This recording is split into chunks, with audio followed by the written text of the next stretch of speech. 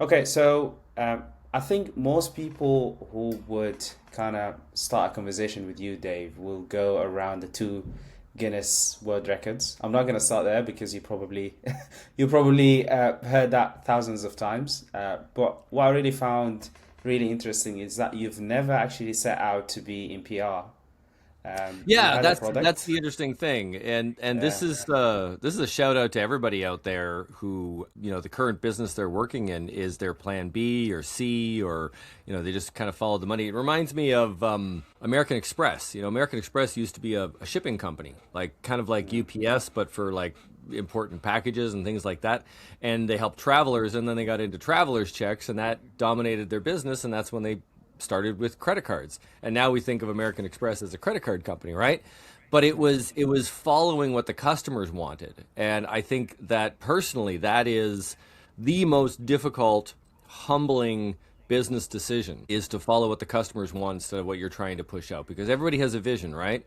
You go Yeah. out there and you're like, I'm going to run this business, I'm going to do this thing, and then what if the customer wants something different? The smart move is to go in that direction. Can you tell me a little bit about your journey in that customer discovery of what people want, and how would you balance between, because sometimes Sure, customers sure. don't even know what they want, right? They just say stuff because they Yeah. pay companies Well, and it's businesses.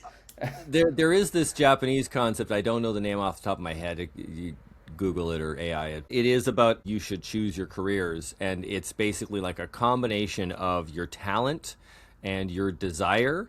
And by talent, it's basically what you seem to be better at, or find easy to do that other people struggle with. So you don't have to be, like a nobody starts off as Tom Brady. Nobody starts off as a super talent. They have some nugget of talent, right? And then they can hone it and be better. So your talent combined with what the market wants, what other people desire, right? If you are incredibly Mm, talented at being a blacksmith, you're not going to make a lot of money, but maybe you will if you make some unique art. And then combined with your desire, because if you're not passionate about it, you can actually be very talented at something and freaking hate it. Like there are a lot of examples of that too. So I think those are the three things when people are thinking of a business, is they only focus on what they want. They don't even think, am I actually talented at this? Like they don't go that far. Oh, but mm, maybe some select people, they will think, what do I want, and do I have some natural ability? Do, like, realistically, can I be good at this? And that's fine. But then the third part of it is like, will anybody buy this stuff? Right? Well, I could be incredibly talented. I could make the best whatever, and what if nobody wants it, right? So I was in that situation where I've done very well with my books. I sold over 100,000 copies, so it's an international bestseller status, which I'm very proud of. I did a lot of publicity, and it wasn't all just from the Guinness record. I did about a week worth of publicity where I was famous for about a week after I broke my Guinness record, and then the media was not interested. It was crickets. So a lot of people think, oh, you're in the Guinness Book of Records, you could get on TV anytime. This is no. They like, there's celebrities who can't get on TV anytime. They have to be promoting something, right? So that's what really motivated me to figure out the game. And what I did was, because I wanted to use publicity as my marketing tool for my own memory business. This is still before I even considered it for anybody else. mm. I thought it's free advertising, right? It's getting on these shows, and it's also top credibility, and feeds the ego. It's a whole bunch of great things. So essentially, I came up with my own kind of way to do it, and it started with Google traffic, actually, and social media trends. And what I was able to do, and I didn't realize that why it was working so well, but what I was able to do is go to media outlets and journalists and say, hey, this story is trending. People are searching for it on Google. Maybe it's like memory loss for women above 40, or, kids in school. A big one, I remember, kids in school, they are losing like up to 2 grade point averages just over the summertime because they're not training their brain. Their brains are going to mush, things like that. And I said, why don't you cover this story and then interview me on it as an expert in memory and the brain? And that worked. And then I started doing it again and again, and it worked again and again. And I realized in hindsight, the reason it works is that no matter what prestigious outlet, this is a real nugget for your audience. I want everyone to pay attention. No matter what outlet, I'm talking the New York Times even, they all want traffic, right? So if I want to convince Wall Street Journal, which we get a lot of clients in Wall Street Journal, for example, if I want to convince Wall Street Journal to have my client in there, I'm not paying for it. I'm earning, it's earned media. I'm convincing the journalist to do a story on this entrepreneur. They'll do it if they think they're going to get traffic, right? So what we do is we go for any sort of trend, anything that's going on in the media, anything that's going on. It's basically a demographic and a direction. So it's like men over 40 going up or down in their career, or women under 30 are experiencing this. It's just an age and demographic and a trend. They're going down or up. That's it. But if you can show that something's being searched for, then you go to the journalist, you go to ABC, you go to some prestigious thing, and you say, hey, people are searching for this. They will open the door for you. If you just go to them and say, hey, I wrote a book and I think it's really good and I think I'm really cool, interview me, they'll say no thanks. So that was the formula that I figured out.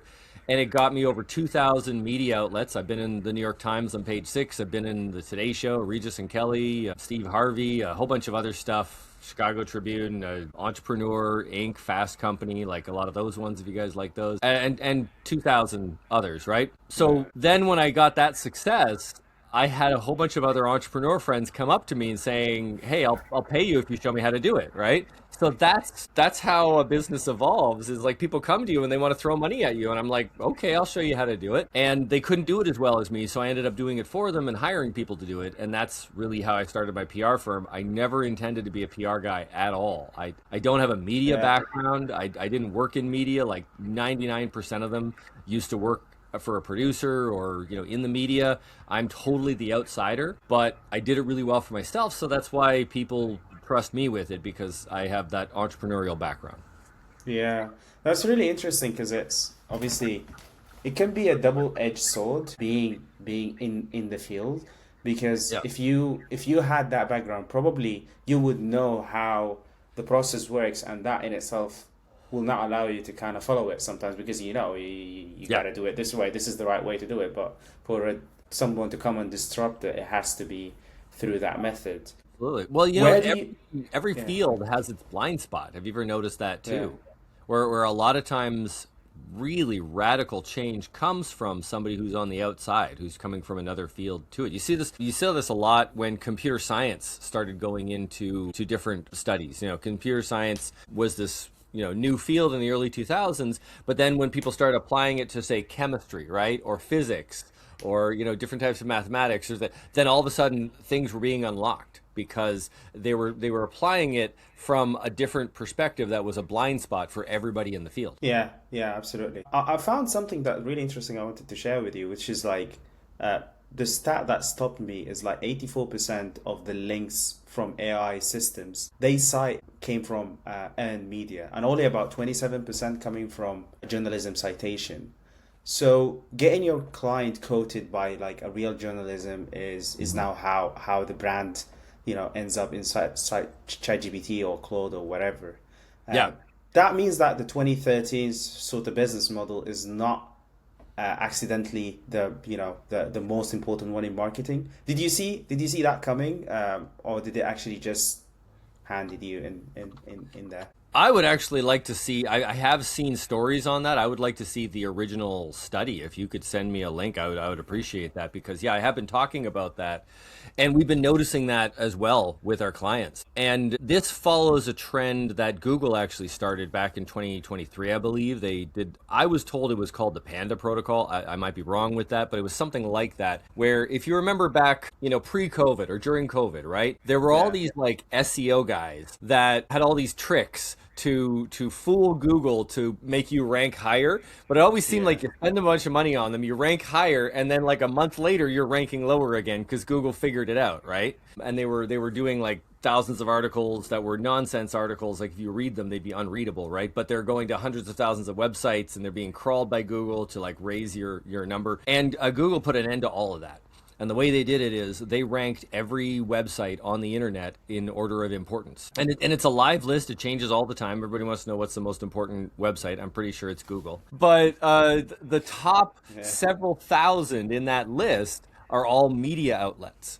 And all the media outlets, like the far left, far right, center, whatever, like everything that you think is BS and biased, as well as everything that you think is like sacred cow, all of it's in that list. And the thinking is all of them have audiences, and they're all going to lose their audience if those websites don't post the right content. They're under their own self-direct need to post real, actual real content with real people. And that's what earned media really is. So it's really interesting because, I mean, a lot of people are surprised when I tell them a fact about the New York Times right now is making more money when adjusted for inflation than it did in the 70s and 80s when people think it was its heyday, when people were actually reading newspapers, right? And you think, how can a newspaper that doesn't print newspapers anymore be making so much money? And it's because it is the source of ultimate credibility. And that is so much more valuable than being a feed for news. And nobody saw that coming. Nobody saw that. Like, this is the media right now is how we filter people. Think about that. Yeah. It's how we decide one person is an expert and one person is not. It is the media. It's how we filter people. And everybody is a people. So everybody really has a vested interest in knowing how they're filtered. And if I can get you just like one article in Entrepreneur, all of a sudden, Google thinks you're hot and puts you to the top of the ranking. But not just that, AI starts talking about you as well. And if I do that with your competition, that same thing will be true. So that's where the race comes in. Yeah, no, that completely makes sense. I think kind of, hanging off on that, where do you see AI currently, reshaping things? Where does it, not just for you, but for your clients and the industry, is really making a difference? And where do you see most of it is BS? I don't think it's BS. I think some of it is, I think there is a lot of AI slop. So I'll start with, it's all sectors, right? It's all categorized. Like, you can't say AI, it's almost like saying aluminum. Like, you know what I mean? Like, you've got like aluminum plates and you've got aluminum aircraft, you know what I mean? Like, it's, like, that's really kind of what you're saying when you're talking about AI. So, starting with the marketing, this is how we get clients, actually, and also how we market our clients to get more clients, right? AI dramatically changed marketing when it comes to whether it's like ads on Meta. Like, if you're not clicking the AI button where it adjusts things, then your ad is just going to perform less and less and less and less and less. AI really replaced copywriters as the geniuses. Like, I remember a day when a copywriter for a website would be paid several $1,000s to write the copy that was just all psychologically brilliant to entice the customer in. And now everybody goes through demographic information, and sometimes they all get different messages. People are actually experimenting now with infinite split testing, where you're looking at a website that's trying to sell you something, and that website may have just been written just for you. Like, we're on the edge of that, where it's a different website if you visit than if I visit, which blows my mind. There is no objective website, right, to buy the thing. But so we start that with the ads. The ads are AI generated, AI assisted, and they're getting better and better and better. It used to be, there was a problem in copywriting with AI that they were very verbose. They would just, if you asked AI to write a marketing email for you, it was like a long page, right? And I think they've solved that quite a bit with some prompting, but it was mainly because of how AI was being trained. If you have a person watching AI results and they can only say this result is good or bad, right? The more the AI types, the more likely it is that they're going to hit on something good. So that really trained AI to be way too long-winded. And then that became a tell. You could kind of tell, oh, those emails are from AI, things like that. But now it's getting much more sophisticated, where there's structures where it'll actually, like, let's say I'm marketing to podcasters, right? It'll scan your website, and it'll find something on that website like, oh my God, I love how you did this with this client. I think I could help you get more clients with that. And it's that entire email. It comes from a scan of your site, going through a template and producing that email for you from AI. And literally, like that is the latest thing. So it's gone from, it said way too much and everybody could tell that it's AI, to it is giving a personal email to every single prospect at a pace and a volume that human beings could never keep track with.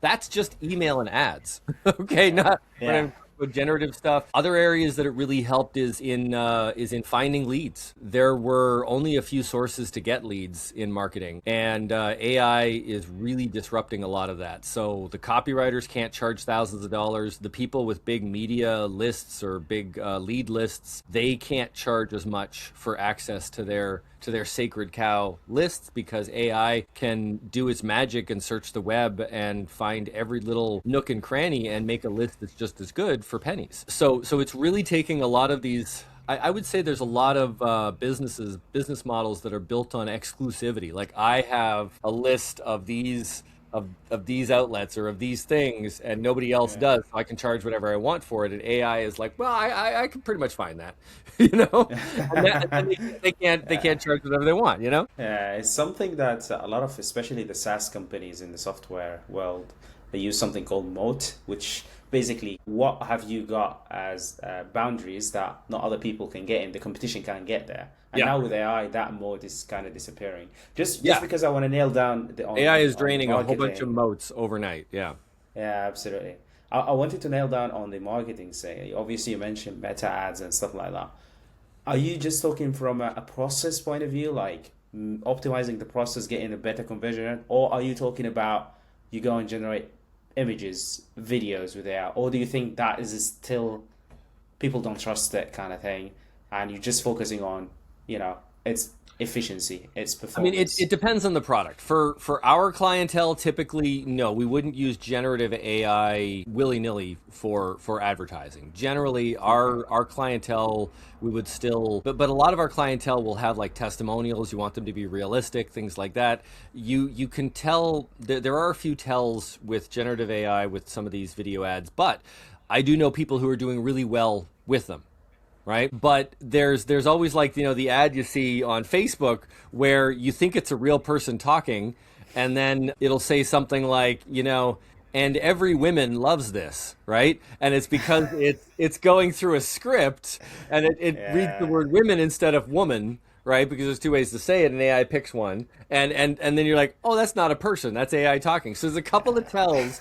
Once they wrap that up a little bit and it looks a little less animated, then they could be in for something. But there's tons of Facebook ads for products and things like that are 100% AI generated that are doing really well. It's just not our clientele. Our clientele is more of a premium. They want to build an individual brand. But we are experimenting a little bit with like avatars using it used to cost so much to make an AI video, or to make a video like just a nice marketing video or something, and now you can make a sizzle reel and AI can do it all for you and even put you in it. That is a huge game changer. I mean, just a lot of things that were just really specialty things, like making a sizzle reel for a speaker. AI can do it. It's not perfect yet. I think that there's still, like, you'd have to generate a bunch of times and maybe splice things together to do a good job with it, but it's very close to being able to make some of your really high quality branding stuff. But we still edit that stuff. So it's a matter of like I was talking this a little bit before we started, is like, we're a real company that I've got like employees. I've got to make payroll every 2 weeks. I've got to, you know what I mean? Yeah. So if I'm going to use AI for an ad, and that ad looks AI generated, looks like slop, that affects our reputation, right? So we have to make sure that the stuff that we use is fully cooked, like it is ready for prime time. So there's a lot of things that if I was just a dude in a basement, starting up from scratch, maybe I'd take a risk on, but I can't take a risk on that because of our reputation right now. It has to be 100%. Where are the other areas that you would say, hell no for AI, other than that? And I guess that question is coming from a place where, because AI is so hot at the moment, everyone is trying to put it wherever they can, because they can feel like that. But not everything that you put AI in doesn't necessarily move the needle for the business, because at the end of the day, business is all about, as you said, making payroll, making profit, and things like that. So just because you can doesn't mean you have to. It really depends on the client. Some clients are more open to using AI than others.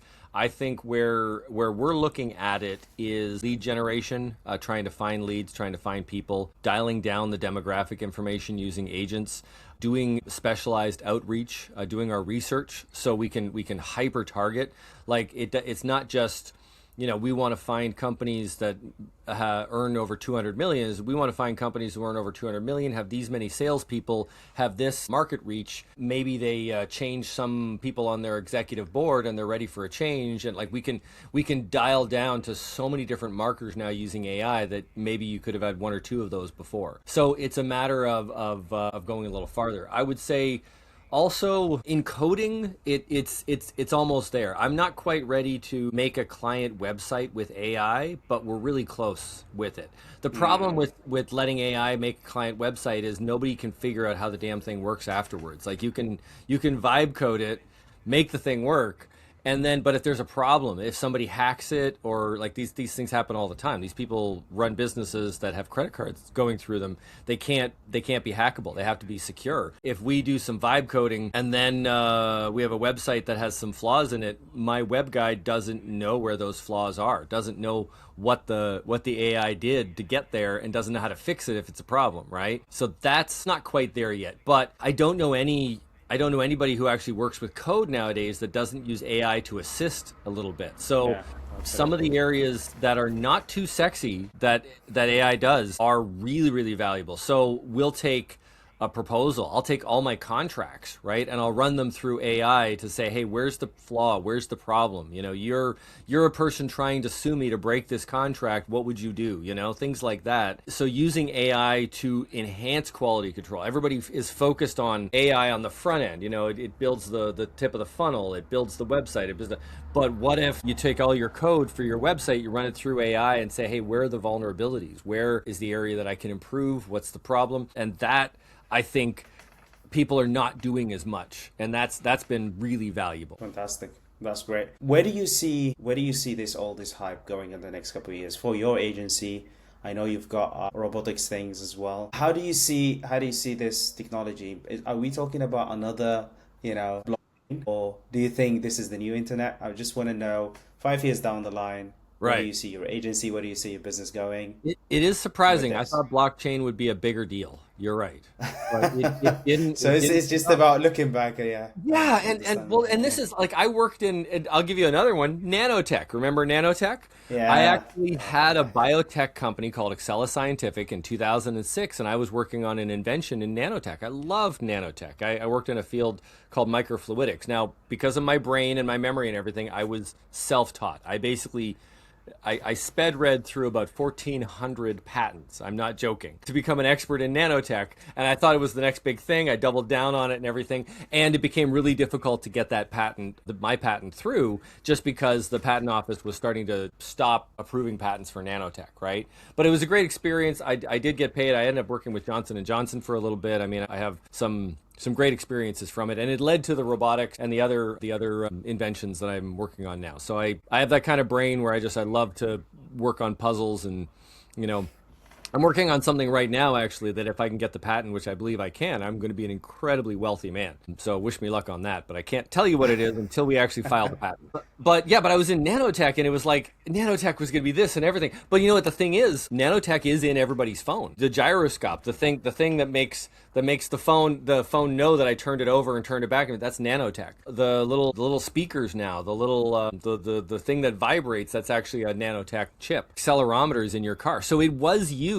It just wasn't, we don't have a nanotech suit. We don't have a, you know what I mean? Like, it was used, but it's just not like in Marvel where everybody has nanotech weapons or something, right? And I think blockchain was kind of like that, where it is used and it is going to be used, but it's such a narrow use case. And it's going to be with experts in finances. But AI is different. I doubted it for a while, but AI, you're making thinking machines. And it's actually best to say that the machine is not thinking. Like, I don't want to make anybody think I'm naive about this. I know how the math works. It takes the prompts, turns it into math and stuff, but it emulates thinking, right? The end result looks as if, and almost identical to, if somebody actually did the thinking, which is amazing that it can just do that with math and prediction, at least for the tech stuff. I think that AI is very different, and I wish I could be a part of something, but I actually think that there's kind of a sleeper thing in AI that's going to be the next big thing. I'm going to make a prediction on your show, okay? And let's go. That's if what we're I'm here right, for. you got to give me props, okay? That's what we're here for. So what we have Anthropic, which is genius for, I'd say, enterprise stuff. Claude is amazing for coding and things like that. Then you have ChatGPT and OpenAI. I don't think OpenAI is the future. I see it as a very interesting, but it just will. The economics don't work out, and they're not really. They're still using the same transformer base that everybody used, and it's just they're putting billions into it, and it's I think that's a paper tiger. But the sleeper that nobody's looking forward to, but it was part of the IPO for SpaceX, is the AI that Elon Musk is working with. And the secret is every single camera in every single Tesla has been recording footage and putting it on hard drives for years. And it actually is one of the largest databases of video footage. So right now, Tesla has an AI that you can tell it to do anything, and it will create a scene that is in the real world with real world physics that you can drive through. It'll literally simulate a road or simulate a place, right? And the significance of that is that OpenAI and Sora and even Gemini and stuff were trained on internet videos, but internet videos are a lot of fake stuff, and that's why the physics doesn't work. When you try to generate something, it looks weird. The physics looks weird, right? And they have too many fingers or too little fingers or something like that, right? But what they're doing at Tesla, and it's going to be a slow burn, I think you're not going to hear about this until about a year from now, but it's going to be big, is they are training AI on real world video. And from what I've been told, they're not just doing like training you on driving down a street, but they're also using the Optimus robot. And the idea is that they will literally train AI not on text prompts, but it'll be a camera looking at a screen as somebody types in a text prompt. So my point is, it's coming from the human perspective. The entire world is built for humans with eyeballs, right? It's not built for text generation. So if you can make an AI that can see something and then create a result, then it can go anywhere in the world. It can walk into a factory. That's a really interesting take, because one of the thoughts that I've got from another person who was a guest on the podcast, he was talking about Gemini because it has all the access to Gmail and all the access to YouTube, which has 100 data points. But it's really interesting to think about XAI not only having the Tesla database, but only having Twitter, where people talk all the time just from their thoughts and their ideas. And I will definitely get back to this in a couple of years' time and see where. I think, but I think like we one of the smartest things I saw is back in the day when people were talking about self-driving cars, Tesla did not go with LiDAR, and LiDAR was the industry standard, and they really suffered because some of their cruising and self-driving stuff was just terrible at first because it was learning. But we drive a car with nothing but eyeballs, right? So it can be done. And they had faith in that. Now the self-driving stuff is so advanced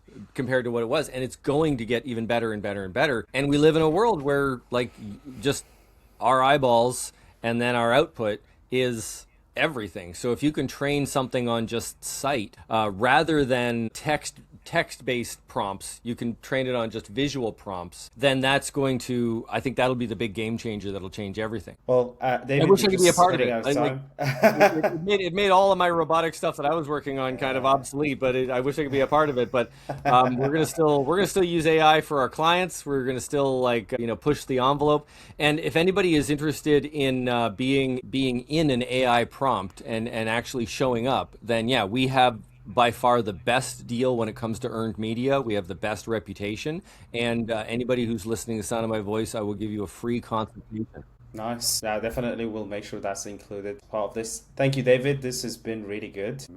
Had a pleasure talking to you, and thank you again for coming to the show. Very much appreciate it. I appreciate you too. Thank you very much.